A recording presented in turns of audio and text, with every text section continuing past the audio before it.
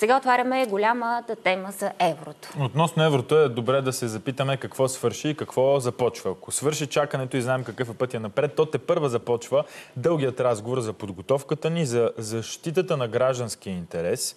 В името на това прехода да бъде плавен, възможно най-честен и справедлив. И тук високо отговорна задача имат от Комисията за защита на потребителите. Тук е председателят на комисията Мария Филипова. Здравейте. Добро утро. Добро утро на вас и вашите зрители.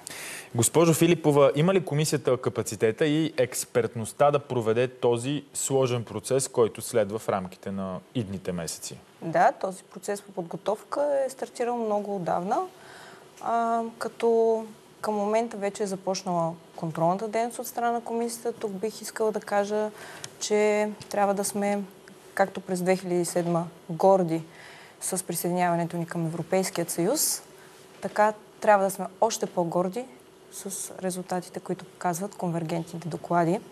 По отношение на контрола, той е заложен като основен принцип и на всички държави членки в еврозоната, именно защита на хората, бих искала да кажа. В тази връзка са предвидени множество правни инструменти в нашето законодателство, чрез които ще извършваме контролна дейност при необходимост. Няколко са аспектите, както споменах, вече с НАП, с Комисия за защита на конкуренцията сме стартирали проверки по места, като проверките са базирани на направен механизъм за оценка на риска и на база на него проверяваме точно тези обекти и ги следим още от сега превантивно, за да има една проследимост, едно спокойствие за гражданите, че ние сме до тях още преди окончателното решение от страна на европейските институции. За тази оценка на риска и за обектите, които и сега следите, не се иска малко повече да поговорим, но преди това, понеже споменахте законодателството, чухме вече и политическа заявка, че ако е нужно и каквото е нужно и законодателно, ще трябва да се направи не само за Комисията за защита на потребителите, но и за КЗК.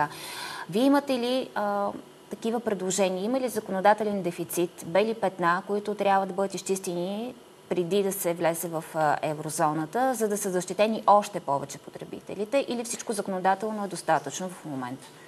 Към момента всичко законодателно основно е заложено. Това са принудителни административни мерки, с които бих искала да поясня на хората, че във всеки един момент мога да задължа който и да е икономически субект, предлагащ стоки или услуги на територията на Република България, да преустанови недобрата си търговска практика, включително да възстанови щетите за хората. Аз съм до хората във всеки един момент. Отделно от това, по отношение на нелоялните търговски практики, които са, ако някой търговец на територията на страната ни си позволи да осъществи, ще издам веднага заповед, санкция до 50 000 за всяко едно нарушение.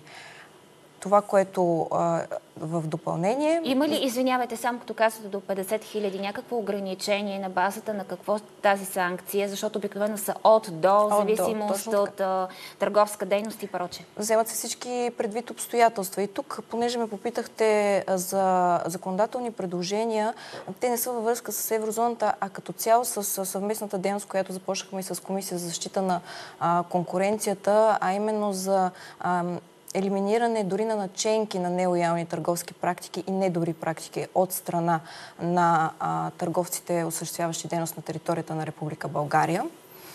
А именно да се даде, както е по закон за въвеждане на еврото в Република България, на принудителната мярка е дадено предварително изпълнение. Т.е. обжалването не спира изпълнението. По същият начин би било добре и в закона за защита на потребителите за нелоялните търговски практики да се въведе този принцип. Да, ще има право да се обжалва, но това ще даде още по-голяма сигурност, степен на сигурност на хората, но отделно от това по отношение на колко време, извинявайте, се бавят тези обжалвания, за да си го представим в момента, ако тръгнат да административните производства са бързи производства, но все пак зависят от съда и тяхната натовареност. За да стигнем до там, трябва преди това да бъде констатирано и нарушение. Разполагате само с 65 инспектори. Това не е ли крайно недостатъчно за цялата страна? Точно за това сме стартирали съвместно с Национална агенция за приходите и тук бих искала да благодаря на неговият изпълнителен директор, господин Спецов, за това, че съвместно извършваме проверки и успяваме да покрием територията на цялата страна. И все пак повече служители не са ли нужни?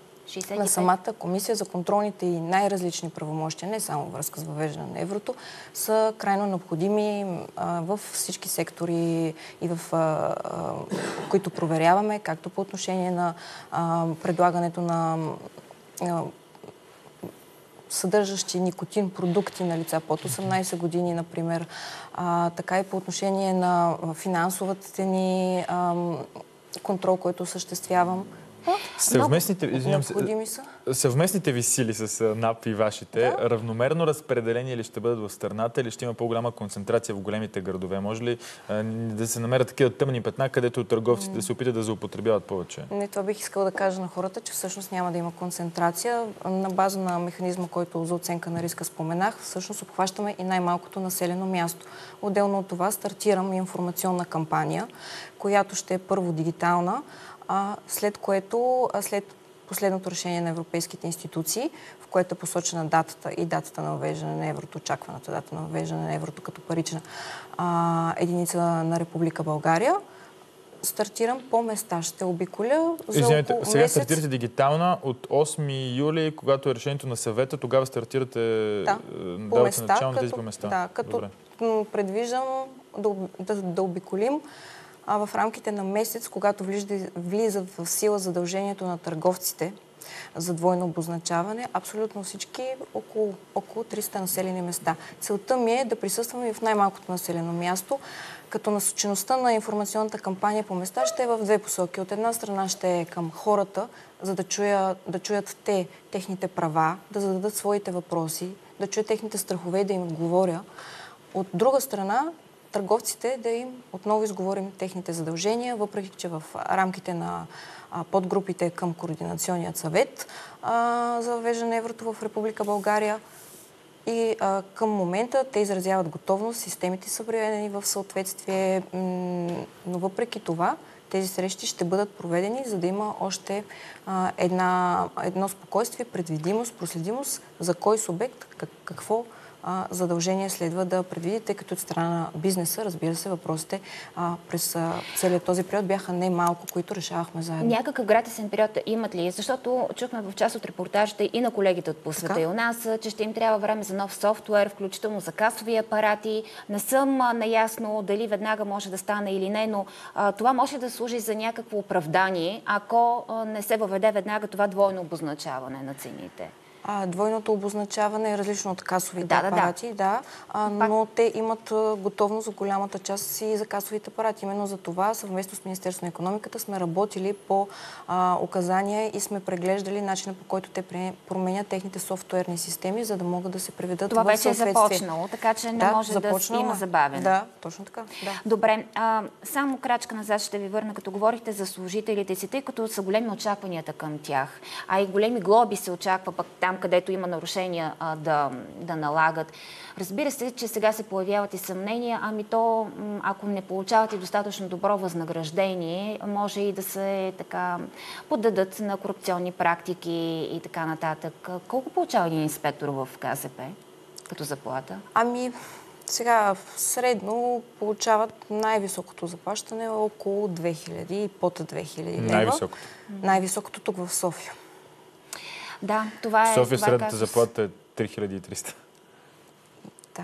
Понеже директно ме попитахте въпрос, то по никакъв начин не е ваша отговорност, но въпросът е дали това ги прави податливи на корупция. Не, екипът, вече работим с него една година и му благодаря за това, че те са сплотени и въпреки всички трудности, с които се справяме заедно. И в нито един момент не смятам, че ще има от тяхна страна по-малко от 101% отдаденост към работата, за което им благодаря и тук от ваш ефир. Дано да е така, защото наистина от тях се очаква много, пък те също имат своите семейства в крайна сметка, като говорим за заплати напоследък много често. Добре, може ли само да ни обясните на какви критерии се обикаля и в момента и се проверяват обектите за оценка на риска, казахте няколко пъти. Какво включва това? Как го решават? На риска включва много показатели и много анализи, които не бих искала на този етап публично да изнасям, защото би дал предвидимост кои обекти сме посетили и ще посетим в следващите дни. Да, има логика в това да не предупреждаваме. Добре, искам да ви...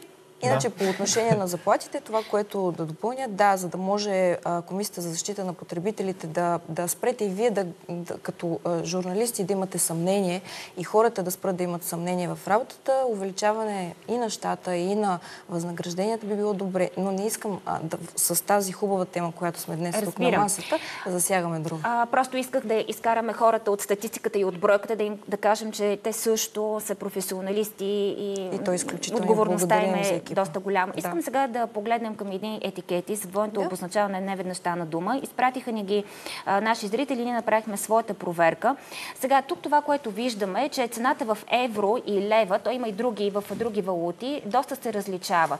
Въпросът е следния. Дали е възможно да има една цена за евро и друга за лева, защото в случая даже в лева е по-евтин, отколкото в евро. Не говорим точно за превалутиране или точно ценова. Объркали са курса. Мислиш, че са объркали курса ли? В полза на потребителите, само искам да кажа в случая. Но това често срещано ли сега в момента? Не само сега в момента. Това е всъщност практика на международни вериги магазини. Започнала съм проверка, може би вече около преди месец съм стартирала, в която точно с този начин на изписване те си определят цените в най-различни валути, не само в лев, евро. Вие сте видяли, че има и други валути, които те си обозначават и такава е практиката към момента.